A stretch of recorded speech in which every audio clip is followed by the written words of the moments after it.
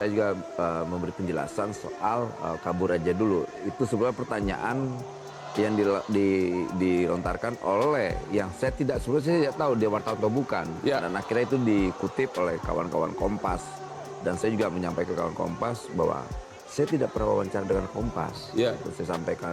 Kenapa itu jadi bahan kutipan? Biasanya kalau wartawan itu ketika ingin bertanya kan dia mengenalkan identitasnya. Pak, saya wawancara dari Kompas atau dari apa gitu ya.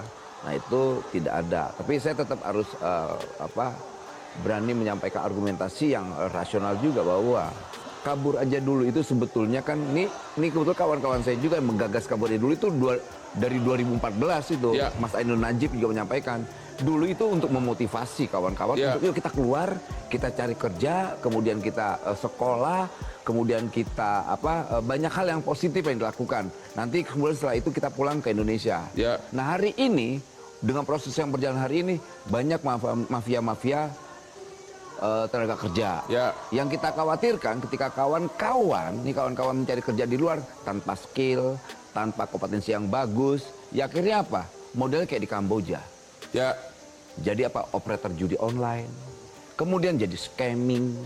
Jadi menurut saya tetap kita sebagai negara, ayo dong warga negaranya membangun narasi-narasi yang basisnya optimisme, bukan pesimis begini. Boleh tahu nggak berapa sekarang jumlah tenaga kerja yang menganggur? Menganggur itu 7,47 juta. Yang menganggur? Menganggur. Miskin ekstrim itu 24 juta. 24 juta apa? Miskin ekstrim. Oke, miskin ekstrim 24 juta. Nah, itu data. Gitu. Nah, pemerintah hari ini sedang mengupayakan bagaimana problem ketenaga kerjaan ini ditambah lagi ada ancaman-ancaman PHK. Kita membuat sebuah kajian-kajian, bahkan akan banyak yang akan kita lakukan terkait misalnya bagaimana mencari solusi mendapatkan resepan tenaga kerja. Kita kerjasama dengan kementerian lembaga yang lain. Kita cari rumus-rumusnya agar apa? Kita bisa menekan selain angka kemiskinan, angka pengangguran. Tahu nggak mereka-mereka yang yang cuman mudah sekali membuat hashtag ini gitu. Jadi sekali lagi bahwa semua kementerian di Kabinet Merah Putih sedang bekerja dan berupaya semaksimal mungkin. Kenapa nggak pemerintah langsung bikin kerjasama dengan negara yang memang makmur seperti Swiss, Norwegia, di mana semua memang di sana karyawan benar-benar makmur gitu loh. Itu kita lakukan di Eropa. Di Eropa, di Jepang ini menarik. Kebutuhan tenaga kerja itu tinggi sekali. Dan kita buka dan kita support, dan presiden bilang tolong dibuka, jangan ada hambatan-hambatan terkait regulasi dan sebagainya. Pokoknya pakai standar yang berangkat itu harus prosedural, misalnya paspor, skill dan sebagainya, bahasa. Artinya ketika kita menempatkan kawan-kawan tenaga kerja ke luar negeri yang memiliki skill yang pas yang dibutuhkan. Pertama itu dokumentasi juga penting. Jangan sampai nanti ketika ada problem susah, kemudian bikin video minta tolong Pak, tolong kami susah, jangan begitu. Gini gini. Sejarah bangsa ini tidak pernah lahir dari sebuah pesimisme. Bangsa ini, republik ini lahir dari semangat anak muda. Tiba-tiba ada hashtag 2 juta tenaga kerja Indonesia itu ada di luar negeri. Gak ada satupun bilang kabur aja dulu. Nggak ada. Mereka semangat untuk berjuang untuk keluarganya, apalagi Bang Otal orang Batak. Orang Batak haram hukumnya ketika merantau balik miskin, nggak ada. Benar. Nah kita orang Indonesia juga begitu, pergi ke luar negeri haram hukumnya ketika pulang miskin. Jangan. Kalau perlu bawa adiknya, bawa tetangganya, bawa saudaranya. Itu yang saya maksud. Jadi ada semangat untuk berjuang. Saya kira ini adalah satu bukti masyarakat sedang gelisah ya. Masyarakat sedang gelisah terhadap kehidupan ekonomi dan sosialnya. Kalau Bang Noel tadi bilang sebenarnya sudah ada. Kemudian kenapa ini muncul lagi? Kalau kita lihat dari trajektorinya kan, ini berawal bisa dikatakan juga dari isu efisiensi. Ada pemotongan yang kemudian pelayanan publik yang akan terganggu. Ada ancaman UKT naik misalkan. Kalau kita lihat sekarang yang menggaungkan itu ya Bang Noel, itu adalah generasi muda, generasi Z. Nggak, apa kaitannya ke mereka gitu? Ya itu dia, berarti ini mencerminkan mereka pesimistik terhadap masa depan Indonesia. Pesimistik.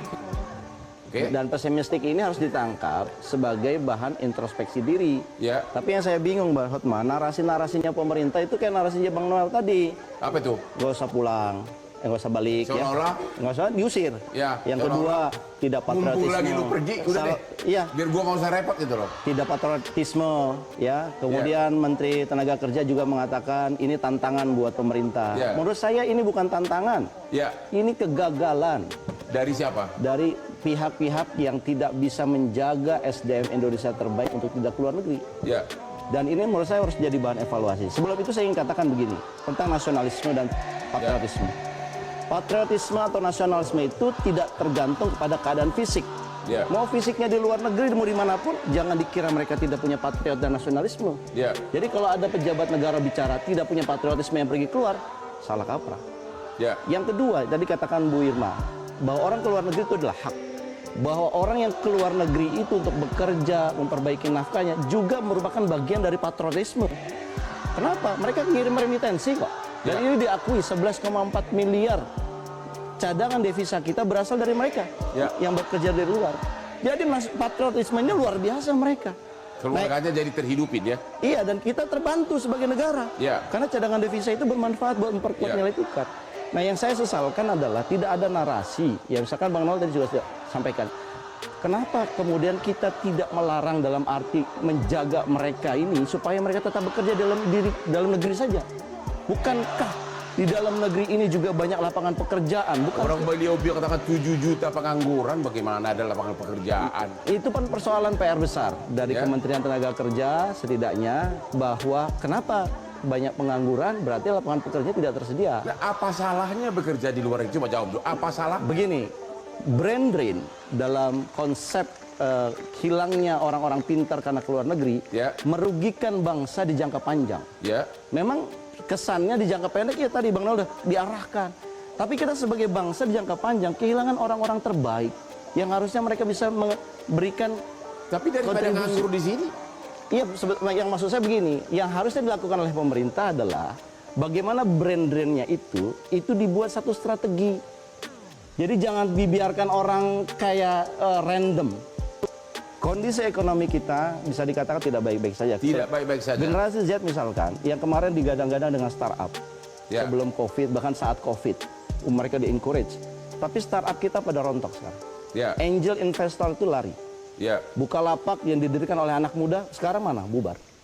Artinya anak muda ini worried dengan kehidupan mereka. ya. Yang kemarin digadang-gadang, kok kemudian dibiarkan Jadi sendirian. karena ada keprihatinan. Yes.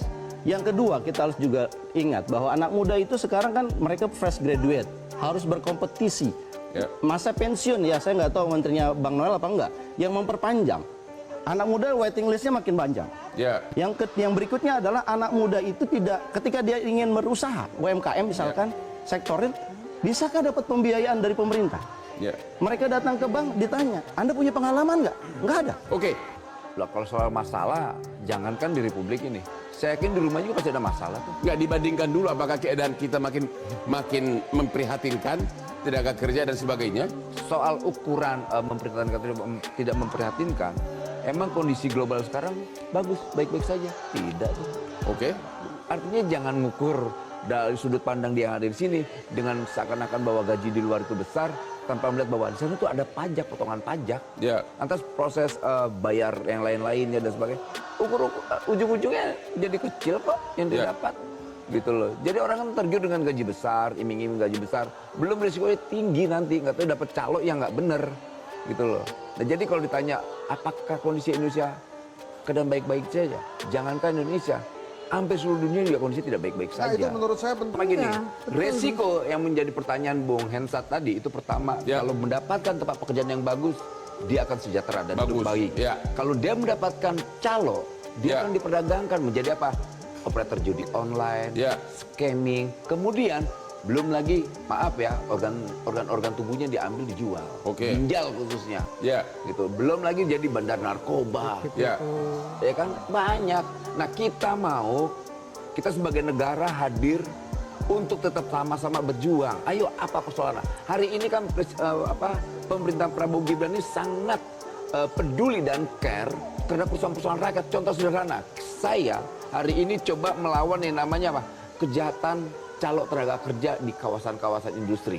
Kita lawan tuh calo-calo itu. Harus bayar Ya. lewat misalnya calo-calo itu lewat ormas-ormas, lewat LSM-LSM, itu yang kita lawan. Dan hari ini kita lagi coba bekerja sama dengan aparat penegak hukum, khususnya kepolisian dan kejaksaan. Dan mereka welcome semua, ayo. Karena ini kita mau ke depannya menyusun bangsa ini lebih baik dengan apa? Narasi-narasi yang selalu disampaikan oleh Presiden Prabowo. Negara ini memang punya hak untuk mengatur warga negaranya, tapi setiap warga negara juga punya hak. Dia mau pergi kemana, mau tinggal kemana, mau kabur kemana, ya punya hak. Tapi satu yang harus diketahui, semua terkait tindakan-tindakan mereka harus diketahui oleh negara. Begitu kan Pak?